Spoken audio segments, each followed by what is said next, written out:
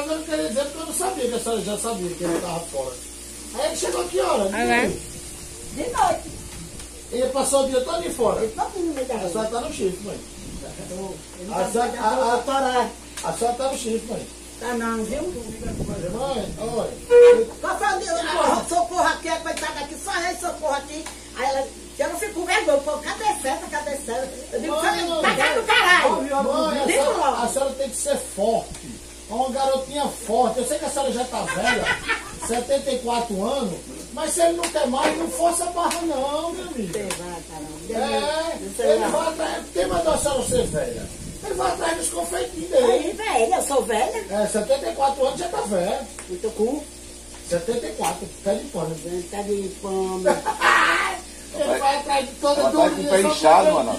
Olha o pé dela como é que tá o pé dela. Não vai enxergar que eu não sou o corpo. Papudinha. Papudinha.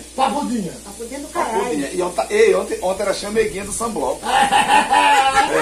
Tá do bom. A chameguinha do Sambloco. Ela vai pros cantos, só quer ser podcast. É, Homem, pelo amor de Deus. Aí. 74 anos, é por isso que ele vai atrás dos confeitinhos. Aí ele tá reclamando de dor. E esse Vai lá, dois tá reclamando de dor nas costas. Não tem nada não. Que hoje amanhã é feriado, eu ia comprar cerveja já.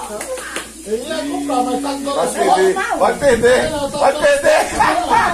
Perdeu. Eu não vou beber com as costas. Perdeu. Eu vou beber com as costas, não. Vou beber com a boca. Não, vai beber mais. Amigo, você E quer aí, matar César, eu compro ou não compro? Você quer matar a nossa Compra mãe?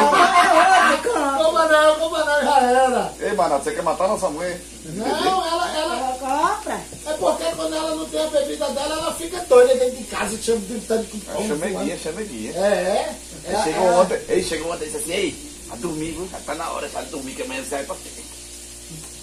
Você vai pra festa, aí você... Amanhã Vou já você começar a beber de novo, Mãe, vou já começar a beber de começou novo. a história, você tá levando gaia. Viu? Eu já tô sabendo que você tá Tá levando rolando gaia. isso, tá rolando? Tá rolando, já mandaram até a foto, eu sei que é até o confeitinho. E eu apoio, sabe por que eu apoio? Porque você já tá estragadinha. Vira isso aí pra mim. Você já tá estragadinha. Pra você já já tá tá. tua gente, cava sem vergonha. Mas infelizmente a senhora tá passando. Tô, agora eu esteja. Tá, mãe. Já tô